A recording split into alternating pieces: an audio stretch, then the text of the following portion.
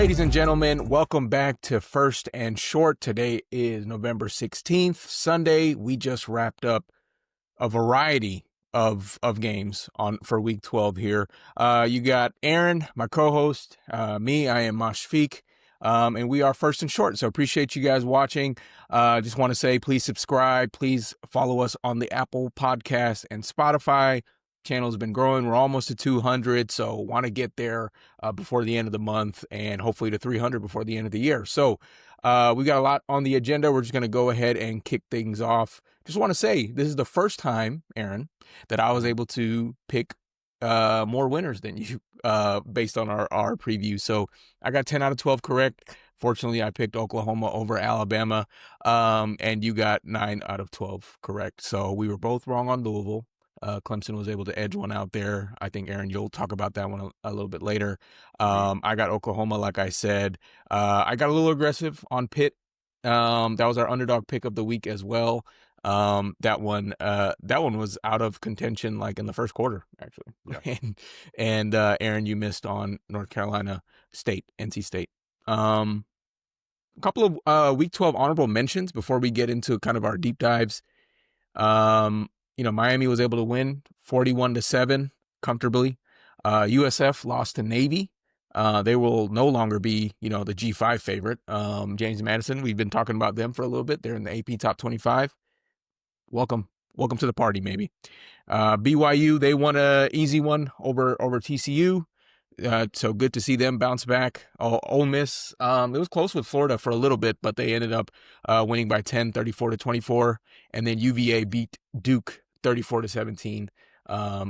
They are, in a good place in the ACC. Any of these honorable mentions stick out to you, Aaron? Yeah, I'd probably have to say the South Florida one. It's unfortunate they lost to a pretty good Navy team, but you have this great year, you come in and you beat Florida, and then you just can't finish it out at the end of the year to ensure you're at least in the playoffs. So it sucks, but winners win at this time of the year. Yeah. Yeah. So what's the first game you want to talk about from this weekend? Maybe something from Friday night? Yeah, so let's start with Clemson, how they went down to Louisville and beat them 20-19. Very, very close nail biter. Clemson, although they've been having, a terrible season, very unlike what we usually see from them, they're still fighting. So I mean, for me, that's a clear indicator that Dabo Swinney has not lost his locker room yet. So I mean, that's a really good sign, for Clemson fans. It wasn't a pretty win by any means necessary. I mean, Louisville had the chance to take the lead in the final minutes twice. Like by final minutes, I mean under 5 minutes left in the game, but they missed the field goals twice. Regardless, they hurt their chances for potentially competing for a conference title. And I mean, this Clemson team on the other side, they're showing signs of life, which is good for maybe next year. This game to me, it speaks magnitudes of what I kind of said earlier about South Florida. If you want to stay relevant in these last few weeks, you must come polished and ready to play every game. Every team, they're either trying to maintain playoff contention or they're trying to ruin yours. So you just got to be ready to come in every week. Yeah, pretty emotional kind of moment for Dabo after that win. I think he was mentioning, what did they fight? Terrible record, blah blah blah. But he still wants his team to fight, and they're doing so for him. So that's good to see. Let's talk about the SEC real quick, Aaron. I mentioned variety yesterday, or the variety that we saw. We saw teams get blown out. We saw teams that weren't supposed to lose win. Weren't supposed to lose. We saw teams that had historic comebacks. We just had the whole gamut. This first game here, South Carolina at number 3, Texas A&M, one of the greatest comebacks, we've ever seen. And in my opinion, this was the best game to watch yesterday because of the value that you got. Not because of how it ended, but because you got to watch basically 4 different teams play in the span of the 2 or 3 hours that the game was on the television. You can't convince me that the same two teams that went into the locker room at halftime were the same two teams that came back out. So, on the day the news was released that Mike Elko is about to be a top 5 paid coach in the nation, South Carolina had a 30-3, lead at halftime. The game script for South Carolina to begin the game could not be any better. Dylan Stewart and company on defense, they made it a nightmare for Marcel Reed. Heisman one of the Heisman favorites. But his first half, he completed 6 out of 19 passes only. A&M's drive chart was field goal, missed field goal, fumble, return for touchdown. Dylan Stewart caused that one, and then the big boy was able to bring that one in.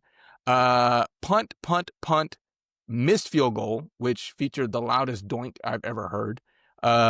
Interception. That was the first half. That's as bad as it can get. South Carolina had twice the amount of yards that A&M did in the first half, and they were averaging 3.7. A&M was averaging 3.7 yards per play. So, Aaron, question to you: we were watching this game. What was South Carolina doing so well to get A&M off of their game? Yeah, I mean, I think they were, just on the defensive front, causing a lot of havoc and disrupting the Heisman candidate Marcel Reed. I mean, his passing was off in that first half. I mean, he had 2 interceptions, but it could have easily been 2 or 3 more. Yeah. Yes, I mean they limited him very, very well. They also erased his favorite target from being an impact in that first half, KC Concepcion. Not letting him be a difference maker. You saw maybe 1 or 2 passes on the first drive that just went to him, led them down the field pretty fastly. But after that, they made adjustments and they were like, okay, we're gonna shut you down from getting the ball anymore.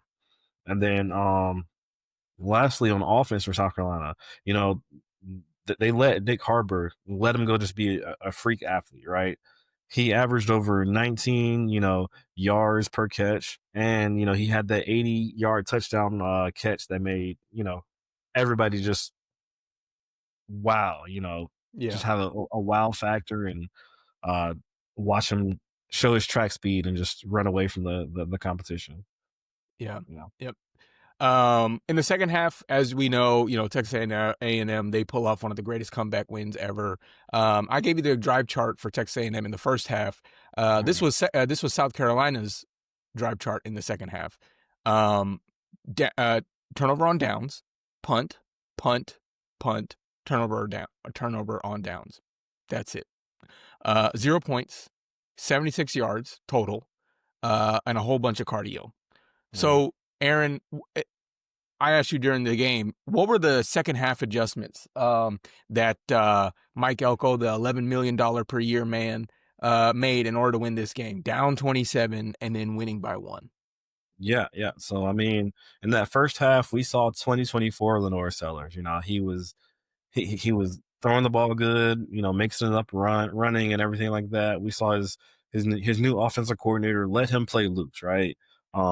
They adjusted and they made him feel super uncomfortable in the pass game, and they really shut down any east to west plays in the second half. So I mean, great adjustment in that second half by the Texas A&M defense. On the offensive side of the ball, Marcel Reed just came out and he turned back into his regular self. Perfect passes, poise in the pocket. With pressure there, he was stepping up, not even phased by it. Like it was really a thing of beauty to see. And then after that, I mean, after he spread the ball out a little bit and made the defense respect the offense as a whole, he went back to hitting his favorite target every now and then, KC Concepcion. So I mean, he was easily just scoring at will, and especially in the third quarter. Mm-hmm. Um, one thing that stuck out to me, and I know it frustrated South Carolina fans tremendously. The decision making for South Carolina in that final drive for Lenore Sellers, especially, was terrible, right? I mean, I remember there was a 2nd-and-1 situation, and he was, in a way trying to be himself and just create a freak athlete play. But in doing that, he put his team in a hole. So it went from like 2nd-and-1 to 3rd-and-12. I think as a quarterback in that desperate and critical of a situation, you have to have awareness to be able to understand, okay, maybe this plays a lost cause, let me throw it away, but I know I Mm-hmm. cannot take a sack in this situation. So Yeah. very frustrating for me. I mean, it was like you said, the outcome is not what was great to watch. It was just the theatrics and the how well this game, turned into just a flip of momentum. Four different teams. Yeah. Um, yeah. So A&M's near future placement in the SEC championship game was looking a little shaky at one point, but I think they're in a pretty solid place to be there in December now. They got Texas to close out the season on Thanksgiving weekend, so that'll be must watch television. Yep. Yep. What else do we have this weekend, Aaron? Yeah, so I mean, we got to go back to that, college game day game of the week. Notre Dame going down to Pitt this weekend, right? Um, First things first, what a game it was for the Fighting Irish. There's definitely some jealousy among the college football world on this team, right? They've been the main two-loss team that have never left college football playoff talks. So of course, there's bitterness in those teams that are, 7-1, 8-1. Like, what the heck? How are we just putting them in? They don't even belong to a conference, right? Um, Saturday was a great platform for Notre Dame to just prove, they deserve to be there and pretty much shut everybody up. And they did. They got off to a really hot start, 14-0, with a 56-yard touchdown rush from Jeremiah Love. And what a crazy spin on that. He's Yeah. just showing, the elusiveness that he has as a back and why he's probably going to end up playing on Sunday next year. Um, and then right after that, you had a pick six from Tay Johnson. So they jumped out early 14-0 and pretty much controlled the game from there. Notre Dame's offensive production, that can be chalked up to Jeremiah Love's, 147 rushing yards. And then at wide receiver, you had Malachi Fields, a big 6'4" receiver. He had 99 yards receiving and a pair of touchdowns. He had a clear advantage on Saturday. I mean, he was making leaping catches, one-handed catches in the game. So pretty tough to stop him. And they just had a very balanced attack with those two targets on the ground and in the air. Um, Pitt, they just couldn't seem to get it going on offense. They were pretty much, manhandled and stopping their tracks. Uh, One stat that I'm going to point out, it's your favorite stat to refer to, Mash, that Yeah. third down efficiency, right? Pitt was 0 for 13 on third down conversions. That Terrible. that'll give you the tail of the tape right there. Yep. It pretty much showed us, they could not get any momentum or drive the ball. And so, aside from having less than 100 rushing yards total for the game and less than 100 passing yards as a team, like you said, that third down efficiency is also a clear indicator of what can cause you to lose a game. Um, it's easy to say that, it's easy to see that Mason Heinschel, he was shaken up by the defense he faced that day. I Mm-hmm. mean, he got sacked four times and threw a pick six. What was it? I His mean, first pass, I think, was a pick six, right? I think so. Yeah, Yeah. yeah. It happened really early in the game. So I Mm-hmm. mean, overall, dominate. I mean, Notre Dame dominated in a very dominant fashion. That they prove that they're a true college football playoff contender. They have two lower ACC matchups left on the schedule with Stanford and Syracuse. I think we can pretty much pencil in their ticket for the college football playoffs. Mm-hmm. Barring a crazy upset, I mean, I think they're pretty much in. Pitt, their only chances, if there is any left, is to win the ACC conference championship. It's far fetched, but they could easily shake up the room. I mean, they go to Atlanta next Saturday to play Georgia Tech, and then they finish with Miami. So, I mean, So I was gonna say, I mean the coach, Arduzzi was like, yeah, we can lose this game by 100. It doesn't matter. We still have the ACC to worry about. So, and I brought that up in our preview. I was like, I don't know where they are really at mentally here. There's not an ACC game. They know that their path to the playoff is through the ACC, winning the ACC. So, wasn't sure where his mind was entirely on this one. Cool. Wisconsin at number 2, Indiana. Indiana handled the Badgers pretty handily, 7 7 points for Wisconsin, 31 points for number 2 team Indiana.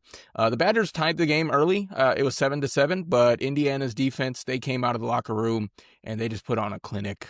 Wisconsin had 145 yards in the first half, only 23 in the second. Wisconsin only ran 15 plays after the break and averaged less than 2 yards per snap. Indiana's defense spending all that time in Wisconsin's backfield, forcing, two second half takeaways, completely smothered any chance of a rally by Wisconsin. And it turned a close, 10-7 halftime game into a blowout. So Mendoza, Heisman front runner, completed 22 of 24 passes. That's over 90%. He almost had 300 yards, 4 touchdowns. He set an all-time single season Indiana passing touchdown record. He's got 30 now.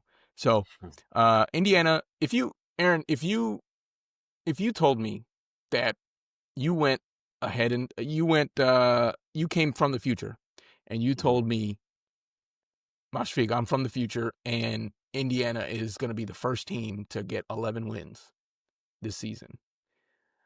Knowing what we knew about Indiana last season, I would have killed you because you're not from because that's not true.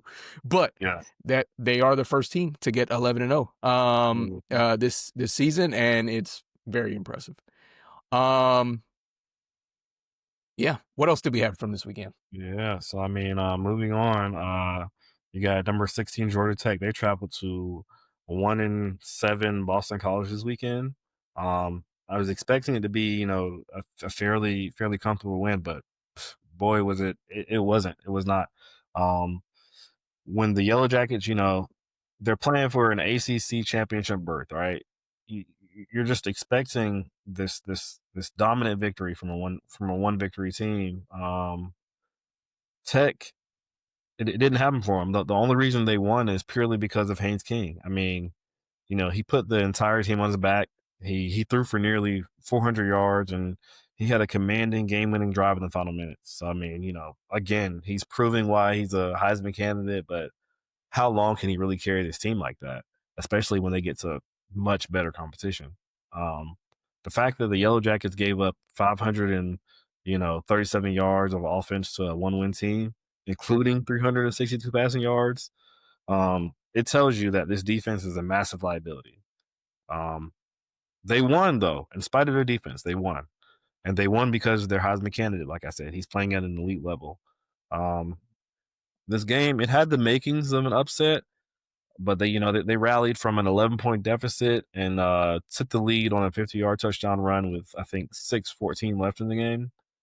Boston College, they took the lead again after that, but then Georgia Tech, they took it down for a 13 plays, 69-yard drive that ate up nearly 4 minutes of the clock, and then culminating in a 23-yard game-winning field goal with 11 seconds left. One thing about it, this Georgia Tech team has resiliency, and that's why they're 9-1. The fact they needed to get this last second field goal against this one-win team, it kind of raises a red flag, a huge red flag in the final stretch. It'll be interesting to see how they finish these last 2 games because they will be anything but easy. Yeah, definitely. Dang, Boston College 1 win. That's tough. Cool. Well, let's go to an SEC upset that we saw. Number 11, upsetting number 4 Alabama in Tuscaloosa, 23-21 here. The score was, 17-14 at halftime, but all the points basically that Oklahoma scored was because of defense and special teams. So personally, I thought Alabama was just going to be able to turn it on in the second half and feed Jeremy Bernard and take the game over. In terms of yardage and time of possession, they did take the game over, right? They had 200 more yards and 10 more minutes with the ball. But that Oklahoma defense is special. They forced 3 crucial turnovers, right? 2 interceptions, 1 fumble recovery, and 17 of their 23 points was directly because of those takeaways, either a pick, the pick 6, or just setting them up for excellent field position. Alabama's offense, they put up 326 passing yards, throughout the game. But when they needed a play to win the game, the Sooners, defense became impenetrable. On Alabama's last 4 possessions, they only managed 57 total yards on 4 drives. On the final drive, they're down by 2. They couldn't even reach midfield. So that ended in a fourth down incompletion, turnover on down. So Brent Venables' defense, it just proves they have the dudes in order to keep up with the best offenses in the nation. Which is definitely going to be needed because OU's offense was looking quite poor yesterday. John Gutierrez, he had 138 yards, 0 passing touchdowns, and only one. He had the only rushing touchdown for the whole team. Mhm. Speaking of rushing for Alabama, Daniel Hill, both of these teams have rushing issues. That was widely covered that Alabama nor Oklahoma has a good option for that. For Alabama, Daniel Hill was a running back that was getting some good usage. The team as a whole was still kept under 3 yards per carry, but Hill got a couple of touchdowns near the goal line. Alabama needs to get their running situation figured out moving forward if they want to have national title, aspirations. They were very pass heavy last night. Ty Simpson, he was 28 of 42 passing. I looked at the stats for the season. He has thrown for over 40 times, 3 times this year. It was this game, Florida State, and against South Carolina. Mm. They lost against Florida State. They lost against Oklahoma. And the South Carolina game was pretty close in the fourth quarter. They were able to squeak out a win. So that just goes to show you pass over 40 times, you have a high chance of losing. This Alabama team does. So they need to figure that out.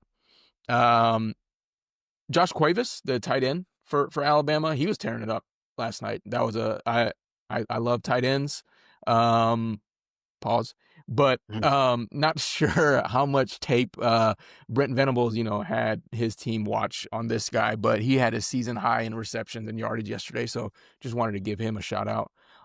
Looking ahead for Alabama, they've got a cupcake next week, but and then at Auburn to end the regular season. Atlanta's not guaranteed for this Alabama team. Are the playoffs guaranteed? I don't know. Depending on how Auburn goes, like 3-loss Alabama, are they making it in? Not sure. Yeah, we'll What else see. we got? Yeah. Moving on to the other SEC slugfest that we had going on. Texas, they went down to Athens this weekend, and they ended up losing 35-10. But for the most part, they put up a pretty good fight until that fourth quarter, right? Um, I had a lot of notes on this one. Oh, oops, sorry, upside down. Go ahead. so yeah, everyone is so accustomed to, Georgia having a close game to where they miraculously find a way to finish strong and win by 1 score. This was not that. We saw Georgia, who started the game down 3-0 and then, just took off from there, never giving up the lead after their first touchdown score. Uh, this Georgia team is starting to look more and more complete. We saw it in Mississippi State, and we saw it last night. Kirby Smart at the beginning of the season, he said this team was young, but to me, they looked like seasoned veterans last night. Mm-hmm. Composed, not making many mistakes. They had everything controlled. So yeah, let's talk about first, that QB battle, right? Arch versus Gunner. In your opinion, Mash, what was the difference between these two? Yeah, efficiency, I think, is the biggest thing. Just looking at their stats, Arch Manning, he threw for over 40 times. He had a 62% completion rate, 250 yards, 1 touchdown, 1 interception. Gunnar Stockton, on the other hand, he had 82% completion percentage, 229 yards, 4 touchdowns. He also had an interception. One was just way more efficient than the other, right? It leads to less drives being stalled out, which we saw a lot on the Texas side. And one also dispersed the ball more evenly amongst his receivers. Gunnar Stockton, I think I saw 8 different receivers.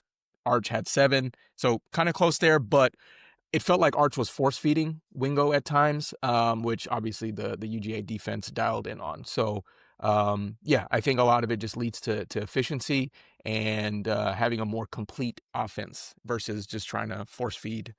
in one direction. Okay. No, that's fair. That's fair. So I mean, looking at the defenses, um, both stood out. They did pretty well, but how did UGA, a team that we usually, don't see have or cause this much havoc, successfully cause, the one interception, the forced fumble, and the three sacks. Like, did you notice anything? Yeah, very. I mean, we're used to it historically for Havoc, right? Just hasn't we haven't seen that this season. Could be like you mentioned, a very young team, inexperience, which sucks because with CJ Allen out, one of the veterans on this defense. Not sure how that changed up this game, but three sacks is definitely not something we've seen from this defense. To me, that Texas offensive line did a very poor job of protecting their quarterback. Definitely missing the likes of Kelvin Banks like they had last year. And maybe poor decision making by Arch, like not getting rid of the ball in time. I didn't see Arch run it that much yesterday. Like I don't know why that wasn't part of their schedule because we've seen that hurt Georgia before, but I didn't see Arch run much or try to like evade anything. So not sure what the plan was there on that part. Hmm. Yeah, no, definitely interesting. Lastly for this game, I want to talk about some of the gutsiness of the coaching staff in the fourth quarter to essentially put Texas away. Yeah. So they we saw Kirby Smart going for it on fourth twice on that drive, ending the third quarter, going into the fourth quarter. When you're up 14-10, like talking about just letting it hang and trusting your defense and your offense because you're on your other side of you're on your side of the 50. Um, and then you find a way, you drive, and you're up 21-10, and you come out with an onside kick. Like I'm pretty Yeah. sure no one in the world thought that was coming. Um, but they secured it, and it gave them cushion, the confidence that the team needed to just roll. Um, you know, Man, this game was pretty much all Georgia in the fourth quarter. I mean, they outscored their opponent 21-0, and they held Texas to minimal yards. So I mean, all in all, they finished really strong. So I mean, not much is solidified right now with how crazy things have been this season. But I can pretty much say two things after this game. Uh, UGA right now, they're the kryptonite for Texas. They're moving to 3-0 on the Longhorns since Texas has joined the SEC. And Hmm. now I think another thing we can conclude or you know get from this game is the Longhorns. I think their college football playoff hopes are pretty much done as they move on to 7-3 on the year. Yeah. Yeah, They're like you said earlier. Now they're just looking to ruin Texas A&M season, maybe. exactly. Yep, that's really all you have left to play for. Beat the rival. You know, ruin somebody else's chances. Um, but yeah, that's pretty much all we had for the show today, guys. Looking ahead to week 13, not a lot of great matchups, but some notable ones to consider. So you got, USC, they're going to Oregon. That'll be a good one. Miami's going to Virginia Tech. You never know what could happen there. Uh, Tennessee's at Florida.